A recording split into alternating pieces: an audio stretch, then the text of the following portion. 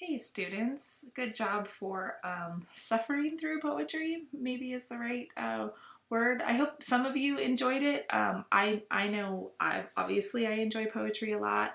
I find them to be little puzzles for my brain. I find them sometimes to be the best human expression that we have available in terms of language. But now that section is over, so dry your eyes, and we are going to be moving on to drama. Remember that total we are covering four genres in this class: short story, poetry, drama, and then the novel will be our last unit. So this unit, I believe, we'll be studying for 3 or 4 weeks, so it'll be quicker than poetry and short story.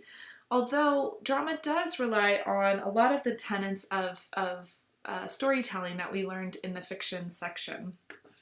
Let's zoom in here.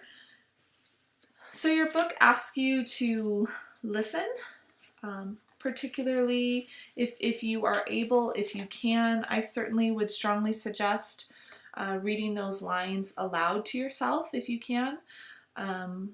Even if you have someone who can read them with you, right? Just assigning someone a part and reading them back and forth. So a reader should actually have a much different experience than an audience member who is watching a play.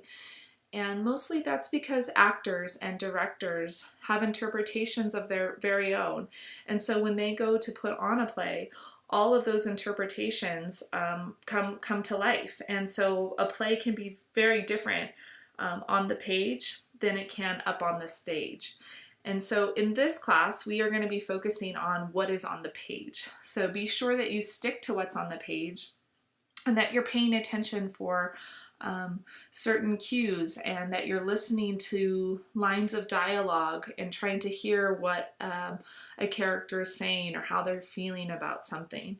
We have a lot less to deal with in terms of just words on a page. In short story, we're given everything we absolutely need to know. In poetry, we're given very little and we have to fill in the blanks, and drama is somewhere in between.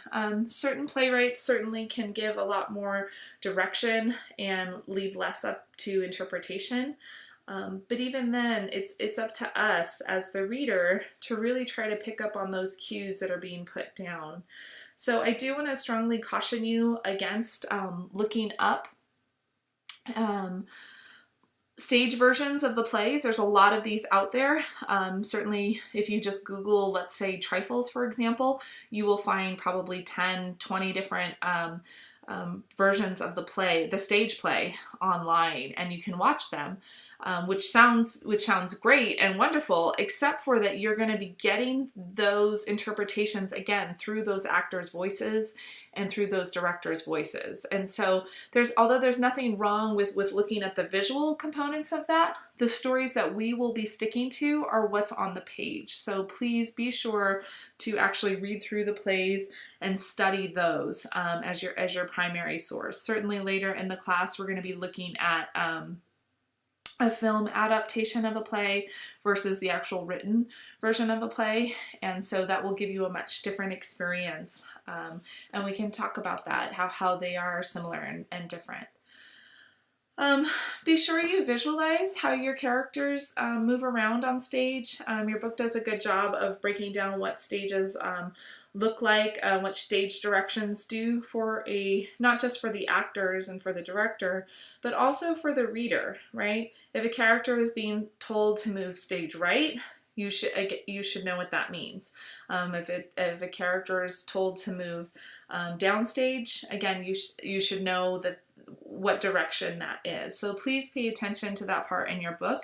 If you have to draw yourself a little diagram, totally fine. I know for me, especially when plays can have a lot of characters, Shakespearean plays in particular, if there's a battle scene going on, for instance, I know I'll have to kind of map out where everyone is on a stage just so I can see what's actually unfolding before me.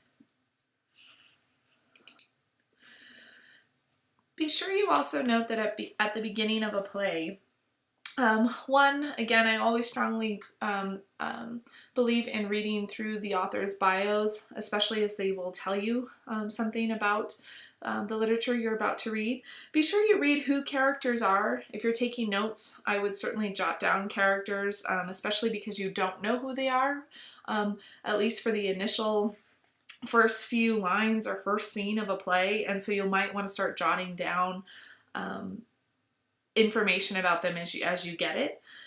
But usually at the beginning of a play, you'll get a whole bunch of description of the actual setting. And this is really important, again, to visualize. Some plays, depending on the structure of the play, you have 5-act plays, you have 1-act plays, you have 3-act plays. The play you're going to be reading this week is what would be called a 1-act play. So there is no scenery change. We're in one room on the stage and we don't change positions at all. There isn't a break in the actual play. There's no intermission, nothing like that. And so what Susan Glaspell gives us at the beginning of the play in italics is this long description of the kitchen and the farmhouse.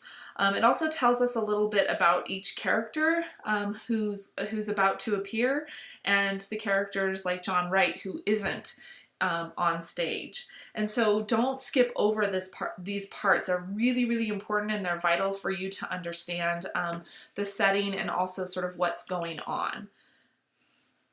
So envision, again, this is where your book points out to pay attention to those nonverbal cues, how characters are moving, even if they're told to move, down stage left. How are they moving? If they're upset, are they going to be stomping? Are they dragging their feet? Are they, injured? Are they sad? Movement tells us a lot about how someone feels. And so you have to imagine that part. Sometimes, again, we're given, depending on the play, we're given particular stage direction, but sometimes we're not. And so it's up to us to make the connection between the dialogue, the words that are on the page, that the characters are speaking to each other and to themselves, and how they're moving about. Because what you don't want to do is just picture people standing on stage repeating lines. These characters are mimicking life in some way, so they're oftentimes using their hands to speak, they're touching their hair, right? They're touching things on the stage, they're moving props about. So it's important that you imagine that stuff happening. And then the last bit I want to talk about is the dramatic structure itself. Your book does a good job of breaking that stuff down. I believe it's chapter 28. Tells us what a protagonist is, what an antagonist is, and then it also gives us the dramatic structure, which looks different than what we talked about with fiction. With fiction, we have inciting incident, rising action, climax, falling action, and the denouement. In dramatic, in plays, we don't always have an inciting incident at the beginning. Sometimes we just start medias res, right? Which just means right in the middle of things. And short story often starts there, but it doesn't necessarily have to be that something happened. It could be that it did, but not always. Sometimes we just get dropped in on a day in the life of the characters. We will get exposition, which again, think of that word in relationship to explaining things, which means facts, past events, information about the characters, perhaps the circumstances that they are there dealing with other characters. You should be familiar with rising action and climax, falling action, and the denouement. Your book also points out as well that tragedies often end with the death of a hero, and that comedies often end in a marriage. And that's very much true for our ancient and older plays, not always true in more contemporary plays. Certainly more contemporary plays like to play with those kind of structures as well. So we have to be on the lookout for that. I do also want to point out to you that, and this is just text, this isn't from our particular textbook, but this is the play you will be reading from this week, which is from Trifles by Susan Glaspell. And so I just want to point out a couple of things here about reading this stuff. So if we look here on the left side of the screen, we have Mrs. Hale speaking and then Mrs. Peters speaking, and this is towards the end of the play. Notice here when it's in parentheses and it says in a whisper, again, this is stage direction, and this is how you should read that line, in an actual whisper. When I was a girl, my kitten, there was a boy, took a hatchet, and before my eyes, and before I could get there. And then again, you should see the covers her face in an instant, right here. You should actually see this happen on stage. So you aren't just skipping over this stuff as though it doesn't matter. It's actually really important to how she's reacting and how she's feeling for Mrs. Wright in this particular case. Let's see. Notice here on the opposite side of the page where we have the sheriff speaking right here. And the sheriff says, "Do you want to see what Mrs. Peters is going to take in?" Right? And the lawyer picks up the apron and laughs, right? So again, imagine this county attorney sort of picking it up, right? Making a sort of guffaw at the ladies, right? And dropping it, right? Dropping that apron down. It tells you, it's a very telling detail about how this county attorney feels about the women, feels about Mrs. Wright, and how they possibly are just these silly women with silly problems and worrying about silly things. So again, make sure you're just paying attention for stuff like that, and you are reading with all that stuff in mind. So all you have to do for this week, it should feel like a pretty light load. I certainly thought so when I was assigning it to you, and I had a moment where I thought, oh my gosh, I should assign them multiple plays. But I know your brains are a little bit fried from that poetry essay, so we'll take it nice and slow this week. You have some chapter 28 reading, How Do I Read a Play, which will set you up for understanding how to actually read what's on the page. Chapter 29, I think it's like a page, 2 pages. It's 2.5 pages of reading, and I'm sorry I didn't finish the page number there. Read Trifles. Of course, I always want you to take notes on that. It's a really quick play, so it won't take you very long at all. Be sure to take your Week 11 quiz by Wednesday, respond to Week 11 discussion board by Thursday, and then post your responses. You have 2 of them by Saturday. Your discussion board this week will feel pretty simple in that I'm asking you one question about Trifles itself.